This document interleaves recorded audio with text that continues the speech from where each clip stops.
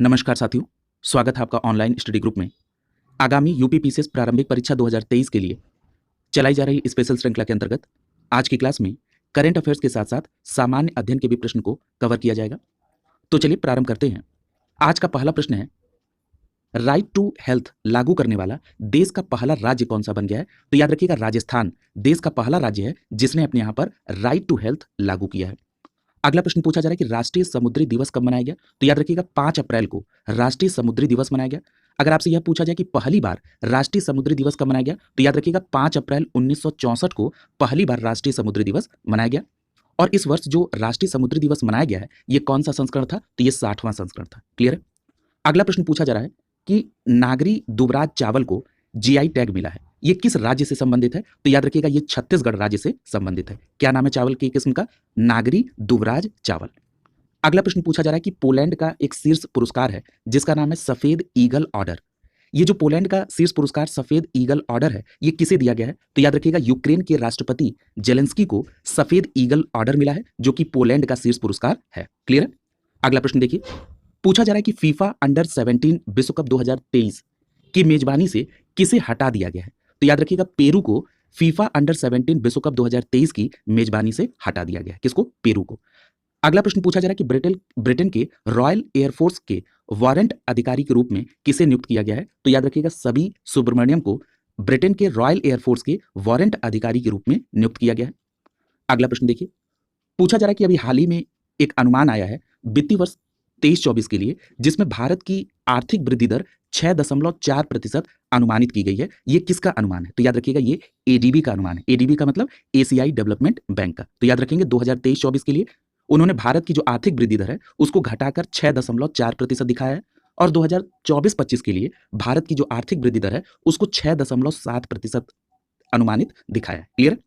अगला प्रश्न देखिए, पूछा जा रहा है कि पुरुषों के अंतर्राष्ट्रीय T20 मैच में फील्ड एम्पायर के रूप में कार्य करने वाली पहली महिला कौन बनी है? तो याद रखिएगा, उन महिला का नाम है किम कॉटन। क्या नाम है? किम कॉटन। यानी किम कॉटन वो पहली महिला है जिन्होंने पुरुषों की T20 अंतर्राष्ट्रीय मैच में फील्ड एम्पायर के रूप में कार्य किया है। और याद रखिएगा, ये जो T20 का मैच था जिसमें किम कॉटन ने एम्पायरिंग की, ये श्रीलंका और न्यूजीलैंड के बीच में खेला गया दूसरा T20 मैच था। क्लियर है?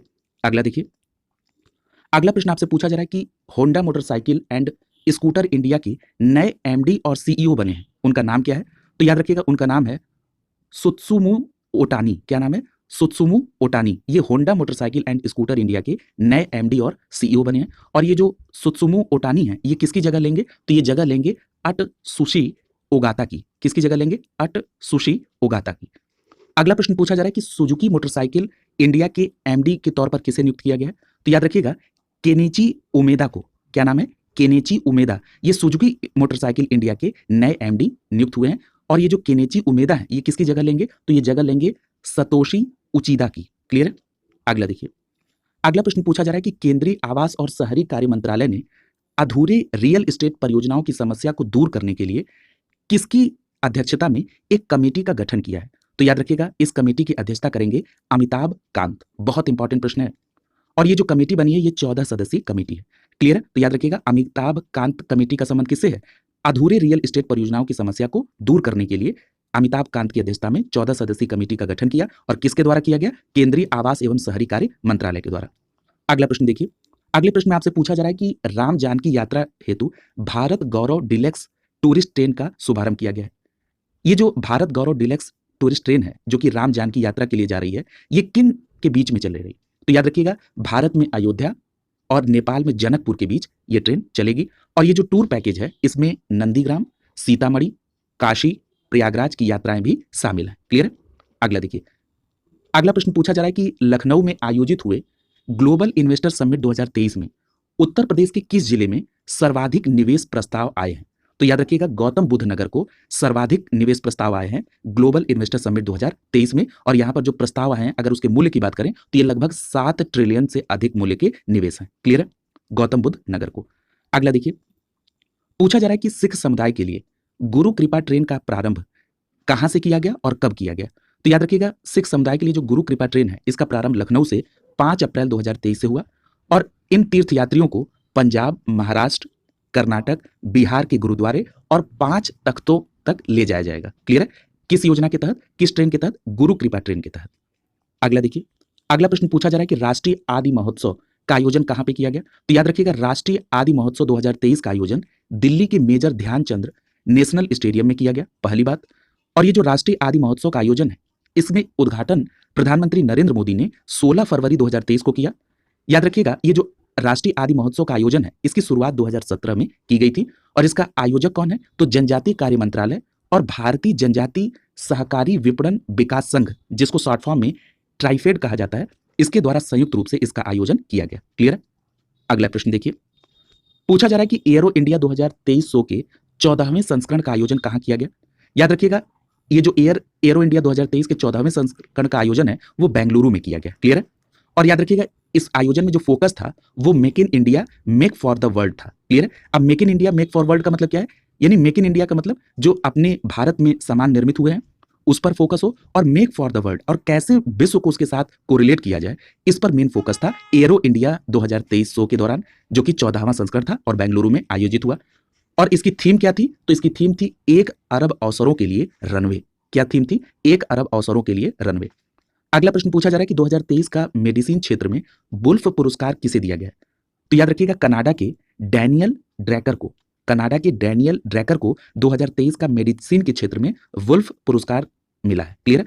याद रखिएगा, ये जो वुल्फ पुरस्कार है, ये वैज्ञानिक और साहित्य के क्षेत्र में प्रदान किया जाता है। और ये जो डैनियल ड्रैकर साहब हैं, ये कनाडा के टोरंटो विश्वविद्यालय के प्रोफेसर है। क्लियर है? अगला प्रश्न देखिए, पूछा जा रहा है कि कालिंजर महोत्सव का आयोजन कहां किया गया? तो याद रखिएगा, कालिंजर महोत्सव का आयोजन बांदा में हुआ और इस महोत्सव का उद्घाटन उत्तर प्रदेश के मुख्यमंत्री योगी आदित्यनाथ के द्वारा किया गया। याद रखिएगा, ये जो कालिंजर दुर्ग में ये जो महोत्सव है, ये प्रत्येक वर्ष कार्तिक पूर्णिमा के अवसर पर होता है। और यहाँ पर कार्तिक पूर्णिमा के अवसर पर एक मेला भी लगता है जिसको कहा जाता है कतकी मेला।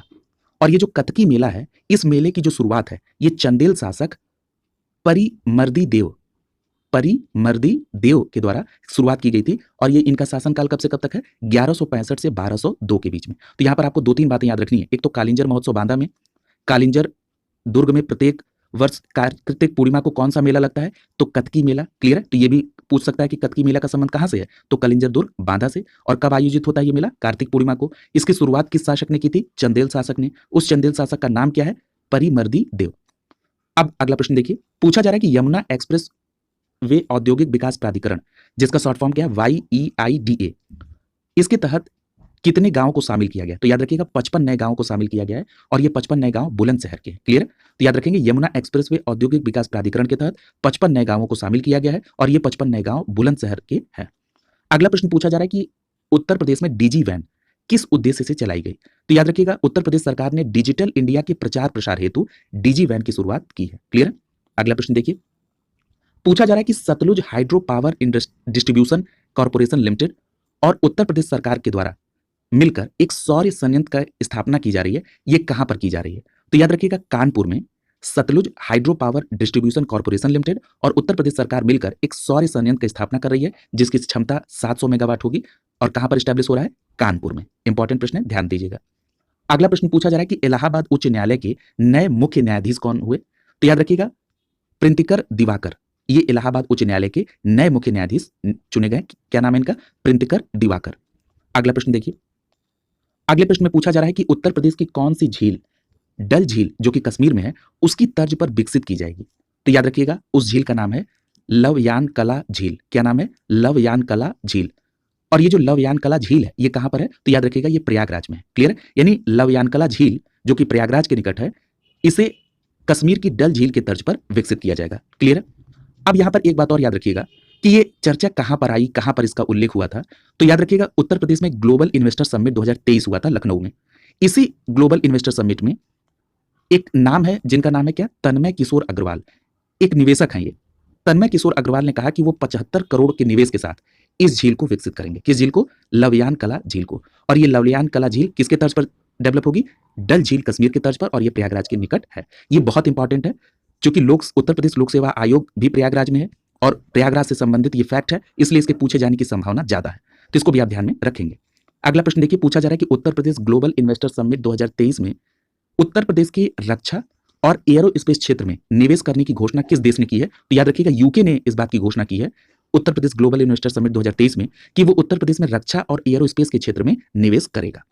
अगला प्रश्न देखिए, अगला प्रश्न आपसे पूछा जा रहा है कि Uttar Pradesh global investor summit 2023 में कुल कितने रुपए का निवेश आया है?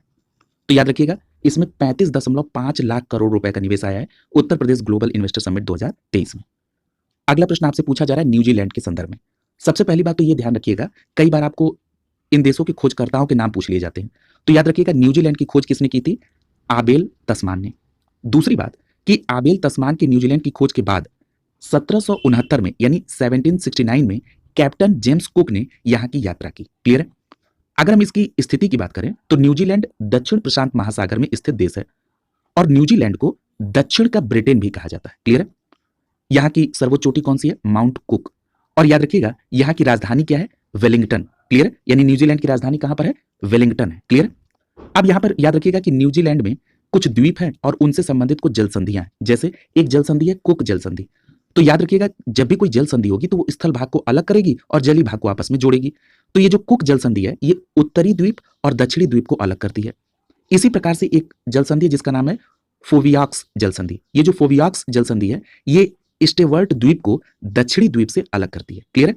तो कुक जल संधि उत्तरी द्वीप को दक्षिणी द्वीप से अलग करती है और फोवियाक्स जल संधि स्टेवर्ट द्वीप को दक्षिणी द्वीप से अलग करती है। अगला प्रश्न देखिए, अगले प्रश्न में पूछा जा रहा है कि वो कौन सा देश है जहां पर खांसी के सिरप के कारण बच्चों की अधिक संख्या में मृत्यु की खबर आई है, यानी वहां पर लगभग 66 बच्चों की मृत्यु खांसी के सिरप के कारण हुई। तो याद रखिएगा, उसका नाम है गैम्बिया। क्या नाम है? गैम्बिया। अब देखिए, ये जो गैम्बिया कंट्री है जहां पर खांसी की सिरप के कारण बच्चों की मृत्यु हुई, ये कहां पर है? तो याद रखिएगा, ये एक पश्चिमी अफ्रीकी देश है। और गैम्बिया की राजधानी कहां पर है? तो गैम्बिया की राजधानी है बांजुल। कहां राजधानी है? बांजुल। BANJUL, Banjul. याद रखिएगा, ये जो गैम्बिया है, ये उत्तरी अटलांटिक महासागर के पूर्वी तट पर है। क्लियर? और ये जो गैम्बिया है, ये सेनेगल देश से पूरी तरह से घिरा हुआ है। यानी अगर आपसे ये पूछा जाए कि गैम्बिया किस कंट्री से पूरी तरह से घिरा हुआ है, तो आपका जवाब होगा सेनेगल से। अगर सेनेगल की चर्चा हो रही है तो सेनेगल की राजधानी कहां पर है? तो सेनेगल की राजधानी है डकार। DAKAR। क्लियर? तो राजधानियां भी पूछी जाती हैं और ज्यादातर आपने देखा होगा कि राजधानियां अफ्रीकी जो देश हैं वहां से पूछी जाती हैं। तो जो चर्चा में नाम आ रहे हैं उनकी राजधानी तो निश्चित तौर पर आपको ध्यान में रखनी होगी। अगला देखिए, पूछा जा रहा है कि गरीबी और साझा समृद्धि रिपोर्ट जारी की गई है किसके द्वारा? तो याद रखिएगा, गरीबी और साझा समृद्धि रिपोर्ट विश्व बैंक के द्वारा जारी की गई है। क्लियर? देखिए, आपको ये जो श्रृंखला चलाई जा रही है यूपीपीसीएस के लिए, इसमें करंट के प्रश्नों को शामिल किया जा रहा है। जो आयोग का पैटर्न है पूछने का प्रश्नों का, उसको ध्यान में रखते हुए चलाया जा रहा है। दूसरी बात कि करंट में जो भी घटनाएं हो रही हैं उनसे रिलेटेड क्या जीएस से प्रश्न बन सकता है, उन प्रश्नों को शामिल किया जा रहा है। आपको इस सीरीज के साथ बस केवल इतनी बात ध्यान रखनी है कि प्रीवियस ईयर के प्रश्नों को यदि आपने इसके साथ कोरिलेट कर लिया तो निश्चित तौर पर पीटी में आपको सफलता मिलेगी। क्लियर है? अगला देखिए, बात कर रहे थे हम लोग गरीबी और साझा समृद्धि रिपोर्ट की। तो याद रखिएगा, ये रिपोर्ट विश्व बैंक के द्वारा जारी की गई। एक टारगेट है किसके संदर्भ में? विश्व में अत्यधिक गरीबी को समाप्त करने का। तो वो क्या, कब तक का टारगेट है? तो 2030 तक का टारगेट है। क्लियर है? यानी विश्व ने ये डिसाइड किया कि वो अत्यधिक गरीबी को समाप्त करेगा और कब तक? 2030 तक। लेकिन ये जो गरीबी और साझा समृद्धि रिपोर्ट जारी की गई विश्व बैंक के द्वारा, इसमें कहा गया कि जो स्थिति वर्तमान में चल रही है, यानी जो गरीबी को समाप्त करने की जो रफ्तार है, वो 2015 के बाद धीमी पड़ गई है। इसलिए इस आधार पर विश्व बैंक का कहना है कि जो 2030 तक अत्यधिक गरीबी को समाप्त करने का लक्ष्य है, ये अब असंभव प्रतीत हो रहा है। क्लियर? तो ये पूरी बात है इस रिपोर्ट में। अगला प्रश्न देखिए, पूछा जा रहा है कि 1952 में प्रजा सोशलिस्ट पार्टी का गठन किसने किया था? तो याद रखिएगा, 1952 में प्रजा सोशलिस्ट पार्टी का गठन जयप्रकाश नारायण जी ने किया था। और जयप्रकाश नारायण जी को लोक नायक के रूप में भी जाना जाता है। ये लोक नायक के रूप में प्रसिद्ध है। यहां पर एक बात और याद रखिएगा कि जयप्रकाश नारायण जी का जन्म 11 अक्टूबर 1902 को हुआ था और इनकी मृत्यु 8 अक्टूबर 1979 में हुई थी। 1979 का मतलब क्या हो गया? 1979 में। क्लियर? अगला प्रश्न देखिए, अगला प्रश्न पूछा जा रहा है बक्सर युद्ध के संदर्भ में। सबसे पहली बात तो ये याद रखिएगा कि जो बक्सर का युद्ध है, ये 22 अक्टूबर 1764 को हुआ। फिर प्रश्न उठता है कि बक्सर का युद्ध किसके बीच हुआ? तो अंग्रेजों और त्रिगुट के बीच हुआ। और याद रखिएगा, ये त्रिगुट किससे मिलकर बना था? तो सुजाउद्दौला जो कि अवध का नवाब था, मीर कासिम जो कि बंगाल का पूर्व नवाब था, शाह आलम द्वितीय जो मुगल शासक था, इन तीनों लोगों के मिलने से त्रिगुट बना था। और इनका और अंग्रेजों का जो संघर्ष 22 अक्टूबर 1764 को हुआ, उस बक्सर युद्ध के नाम से जानते हैं। और याद रखिएगा, इसमें त्रिगुट की पराजय हुई थी और अंग्रेजी सेना जीत गई। अंग्रेजी सेना का जो नेतृत्व है वो हेक्टर मुनरो के द्वारा किया गया था। याद रखिएगा, ये जो बक्सर का युद्ध है, इसने अंग्रेजों को भारत में अपना राज्य स्थापित करने की कुंजी दे दी। क्लियर है? अगला देखिए, अगर हम बात कर लें बक्सर युद्ध के परिणाम की, तो याद रखिएगा, बक्सर युद्ध के बाद इलाहाबाद की प्रथम संधि हुई। अब इलाहाबाद की प्रथम संधि कब हुई थी? 12 अगस्त 1765 को इलाहाबाद की प्रथम संधि हुई थी। क्लियर है? और ये जो प्रथम संधि हुई थी इलाहाबाद की, ये शाह आलम द्वितीय और रॉबर्ट क्लाइव के मध्य हुई थी। यानी इलाहाबाद की पहली संधि 12 अगस्त 1765 को शाह आलम द्वितीय और रॉबर्ट क्लाइव के बीच हुई और इसके तहत कंपनी को बंगाल, बिहार और उड़ीसा की दीवानी मिल गई थी। याद रखिएगा, इस संधि के बाद बंगाल का जो नवाब है वो नजमुद्दौला को बनाया गया था। क्लियर? इसमें दूसरी संधि होती है इलाहाबाद की द्वितीय संधि, जो कि 16 अगस्त 1765 को हुई। और ये जो इलाहाबाद की दूसरी संधि 16 अगस्त 1765 को हुई थी, ये संधि क्लाइव और सुजाउद्दौला के बीच हुई। सुजाउद्दौला के संदर्भ में मैंने अभी को बताया था अभी आपको कि ये अवध का नवाब था। क्लियर है? यानी अवध के नवाब सुजाउद्दौला के साथ जो क्लाइव की संधि हुई वो इलाहाबाद की द्वितीय संधि कहलाती है 16 अगस्त 1765 को, और जो रॉबर्ट क्लाइव की शाह आलम द्वितीय के साथ संधि हुई थी वो इलाहाबाद की प्रथम संधि है जो कि 12 अगस्त 1765 को हुई थी। क्लियर है? अगला देखिए, अगला प्रश्न आपसे पूछा जा रहा है कि चौथी हेली इंडिया समिट 2022 का आयोजन कहां हुआ? तो याद रखिएगा श्रीनगर में इसका आयोजन किया गया। ये हेली इंडिया 2022 का कौन सा संस्करण था? चौथा, श्रीनगर में हुआ। और किसके द्वारा आयोजित हुआ? तो नगर विमानन मंत्रालय के द्वारा। और ये जो चौथी हेली इंडिया समिट 2022 का आयोजन श्रीनगर में हुआ, इसकी थीम क्या थी? तो इसकी थीम थी helicopter for last mile connectivity. Helicopter for last mile connectivity. अगला प्रश्न देखिए, अगला प्रश्न पूछा जा रहा है कि इंटरपोल का फुल फॉर्म क्या है? तो याद रखिएगा international crime police organisation. International crime police organisation ये इंटरपोल का फुल फॉर्म है। और याद रखिएगा ये एक अंतर सरकारी संगठन है। इंटरपोल का मुख्यालय लियोन, फ्रांस में है।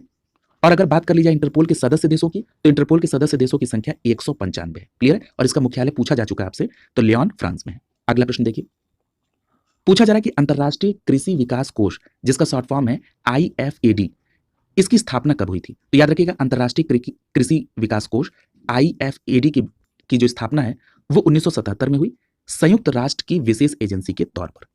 अगर पूछा जाए कि अंतरराष्ट्रीय कृषि विकास कोष IFAD का मुख्यालय कहां पर है, तो याद रखिएगा रोम, इटली में है। और वर्तमान में इसके सदस्य देशों की संख्या 177 है। अगर भारत के संदर्भ की बात करें तो भारत अंतरराष्ट्रीय कृषि विकास कोष का संस्थापक सदस्य है। क्लियर? अगला प्रश्न देखिए, अगला प्रश्न पूछा जा रहा है कि एकीकृत बागवानी विकास मिशन, जिसको शॉर्ट फॉर्म में MIDH के नाम से जानते हैं, इसकी शुरुआत कब हुई थी? तो याद रखिएगा 2014-15 में एकीकृत बागवानी विकास मिशन अर्थात MIDH की शुरुआत हुई थी।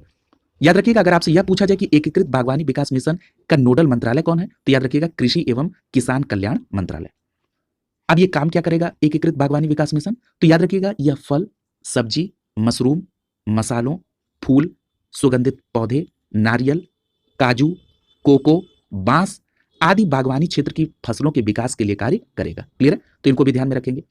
अब यहां पर एक प्रकार का और प्रश्न पूछा जाता है, जब कोई मिशन चलता है तो उसमें केंद्र और राज्य की सरकारों की सहभागिता होती है, उसमें खर्च जो होता है। तो याद रखिएगा ये जो मिशन है, इसमें अगर हम बात कर लें उत्तर पूर्व राज्य और हिमालयी राज्यों की, तो इसमें भारत सरकार की तरफ से 90% का योगदान किया जाएगा और 10% का योगदान संबंधित राज्य की तरफ से होगा। और यदि हम अन्य राज्यों की बात करें तो इस मिशन के तहत भारत सरकार अन्य राज्यों में 60% पैसा देगी और 40% पैसा संबंधित राज्य को लगाना होगा। क्लियर है? अगला प्रश्न देखिए, पूछा जा रहा है कि विश्व डोपिंग रोधी एजेंसी की एथलीट बायोलॉजिकल पासपोर्ट संगोष्ठी का आयोजन 2022 में कहां पर हुआ? तो याद रखेंगे नई दिल्ली में। मैं फिर से एक बार रिपीट कर रहा हूं, विश्व डोपिंग रोधी एजेंसी की एथलीट बायोलॉजिकल पासपोर्ट संगोष्ठी 2022 का आयोजन नई दिल्ली में हुआ। अगर हम बात कर ले विश्व डोपिंग रोधी एजेंसी, जिसको शॉर्ट फॉर्म में WADA के नाम से जानते हैं, इसकी स्थापना कब हुई थी? तो 1999 में। और विश्व डोपिंग रोधी एजेंसी WADA का मुख्यालय मॉन्ट्रियल, कनाडा में। बहुत इंपॉर्टेंट है। अगला प्रश्न पूछा जा रहा है कि 37वें राष्ट्रीय खेल का आयोजन कब और कहां पर किया गया? तो याद रखिएगा 37वें राष्ट्रीय खेल का आयोजन अक्टूबर 2023 में होगा। कहां पर? गोवा में। यानी इसी वर्ष अक्टूबर में 37वां राष्ट्रीय खेल होगा। कहां पर होगा? गोवा में। अगर हम बात करें 36वें राष्ट्रीय खेल की, तो 36वें राष्ट्रीय खेल का आयोजन 29 सितंबर से 12 अक्टूबर 2022 के बीच गुजरात में आयोजित हो चुका है। और ये जो 36वां राष्ट्रीय खेल का आयोजन 2022 में हुआ, इसका शुभंकर क्या था? तो इसका शुभंकर था सावज, यानी एशियाई शेर। अगला प्रश्न पूछा जा रहा है कि 19वें एशियाई खेलों का आयोजन कब हुआ? तो याद रखिएगा 23 सितंबर से 8 अक्टूबर 2022 के बीच 19वें एशियाई खेलों का आयोजन हांगझोउ, चीन में हुआ। कहां पर हुआ? हांगझोउ, चीन में। अगला प्रश्न देखिए, पूछा जा रहा है कि अंतरराष्ट्रीय आपदा जोखिम न्यूनीकरण दिवस का प्रारंभ किसके द्वारा और कब किया गया? तो याद रखिएगा 1989 में, यानी 1989 में संयुक्त राष्ट्र महासभा के द्वारा अंतरराष्ट्रीय आपदा जोखिम न्यूनीकरण दिवस का प्रारंभ किया गया। अगर आपसे यह प्रश्न पूछा जाए कि अंतरराष्ट्रीय आपदा न्यूनीकरण दिवस कब मनाया जाता है, तब आपका जवाब होगा 13 अक्टूबर को। अगला प्रश्न पूछा जा रहा है कि क्रिप्टो एसेट रिपोर्टिंग फ्रेमवर्क अर्थात CARF किसके द्वारा बनाया गया? तो याद रखिएगा, crypto asset reporting framework OECD के द्वारा बनाया गया। और OECD का मतलब क्या है? आर्थिक सहयोग एवं विकास संगठन। यानी अगर एक लाइन में इसको समराइज कर दें तो आर्थिक सहयोग एवं विकास संगठन अर्थात OECD के द्वारा क्रिप्टो एसेट रिपोर्टिंग फ्रेमवर्क अर्थात CARF बनाया गया। क्लियर है? अगला प्रश्न देखिए। अगले प्रश्न में आपको शेरशाह के संदर्भ में बताया जा रहा है और शेरशाह के संदर्भ में आपसे उसकी प्रशासनिक व्यवस्था के संदर्भ में प्रश्न पूछा जा रहा है। पूछा जा रहा है कि शेरशाह के समय में कई गांवों को मिलाकर क्या बनता था? तो याद रखिएगा, कई गांवों को मिलाकर परगना बनता था। और ये जो परगना का अधिकार है, ये किसके पास होता था? तो याद रखिएगा, सिकदार के पास। यानी शेरशाह के समय में कई गांवों को मिलाकर परगना बनता था और परगना का अधिकार सिकदार के पास होता था। क्लियर है? फिर पूछा जा रहा है कि शेरशाह के समय में जो भू राजस्व की उगाही का देख रेख है, वो करने वाले अधिकारी को क्या कहते थे? तो याद रखिएगा, उसको कहते थे मुंसिफ। क्या कहते थे? मुंसिफ, जो भू राजस्व की उगाही की देखरेख करने वाला अधिकारी होता था। अगला प्रश्न पूछा जा रहा है कि शेरशाह के समय में किस प्रकार के सिक्के चलाए गए? तो याद रखिएगा, शेरशाह ने मिश्रित धातु के सिक्के नहीं चलाए, उसकी जगह पर सोने, चांदी और तांबा के मानक सिक्कों को चलाया था। क्लियर? तो इतनी बातें आप ध्यान में रखेंगे। अगला प्रश्न देखिए। पूछा जा रहा है कि भारत ने कब तक पेट्रोल में 10% इथेनॉल मिश्रण का लक्ष्य रखा था? तो 2022 तक। और कब तक पेट्रोल में 20% इथेनॉल मिलाने का लक्ष्य है? तो याद रखिएगा, 2030 तक। तो ये बात ध्यान में रखेंगे कि पेट्रोल में 20% इथेनॉल मिलाने का जो लक्ष्य है वो है 2030 तक, और 10% इथेनॉल का लक्ष्य कब तक था? तो 2022 तक। क्लियर? तो इस प्रकार आज की क्लास यहीं कंप्लीट होती है। अगली क्लास में नए प्रश्नों के साथ मुलाकात होगी। शुभकामनाओं के साथ आप सभी का बहुत बहुत धन्यवाद।